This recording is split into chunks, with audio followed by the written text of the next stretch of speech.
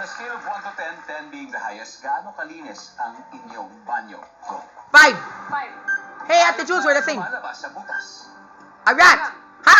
Name something na pwedeng i-describe na makulay. The rainbow. Rainbow. Come on, Saan everybody ang knows makikita that. Sa baraha. The hearts. Pass. Ano ang kailangan kapag magluluto ng lechon? The lechon Baboy. itself.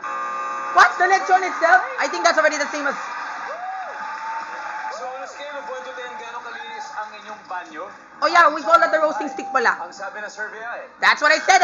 Ay, nako. sobrang dumi eh. Medyo Sayang lang, mabilis Ate yung Jules. banyo nila. That could have been a good answer kasi eh. Langgam. Nandiyan ba ang langgam? Alright. Something na pwedeng i-describe na makulay. Siyempre ang rainbow. Anong Everybody sabi knows ng that. survey? Especially if they were to watch. Yeah. Come on. Design na makikita sa baraha, hindi natin nabalikan ito. Sayang lang, Ate Jules. Kailangan kapag magluluto ka ng lechon, siyempre, edi yung lechon, yung baboy. Ang sabi ng survey ay, Yeah, Kuya Dong will allow the lechon itself. 6 points. But I think they need something else more than that. At least better. I think sinure oil is the top answer. Let's see between Kuya Migs.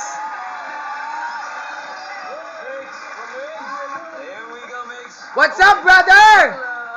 We have some kind of news for you. Si Julie, si Coach Julie na ako. Yay! Donkey Kong! Take it away, Migs. Pwede. Ibig sabihin, 164 ang kailangan para makuha natin ang 200. Ryan. Dali lang. Let's go, Kuya Migs. Sa photo po ito ay makikita na ng mga manonood ang sagot ni Julie. Pahingin po kami 25 seconds sa ating orasan. On a scale of 1 to 10, 10 ang pinakamataas. Gaano kalinis ang inyong banyo? Go. 7. Hayop na lumalabas sa butas. Ahas. Name something na pwedeng i-describe na makulay. Rosas. How can rosas be colorful? Come on. Spades. Ano ang kailangan kapag magluluto ng lechon? Mantika. Correct! Alright, let's go, Mick. Very good. We need 164. On a scale of 1 to 10. Sana top answer yan, Kuya Migs, ha? Huwag maging peke. Ang sabi ng survey natin ay, wow. Sayang. Ang top answer ay 10. 10. Come on. Hayop na lumalabas sa butas, sabi mo ay ahas. Ang sabi ng survey.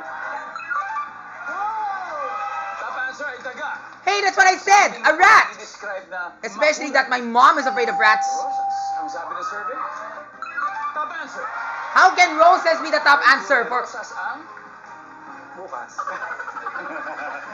Design na makikita sa baraha. Spade. Ang sabi ng survey. Yan. Ang top answer, king. Sayang. King tapos heart. So, ang dami. Kasi ang dami options. Come on, I said hearts. I could have gotten a top answer for that matter. And mantika is very good. Ang top answer yung kawayan.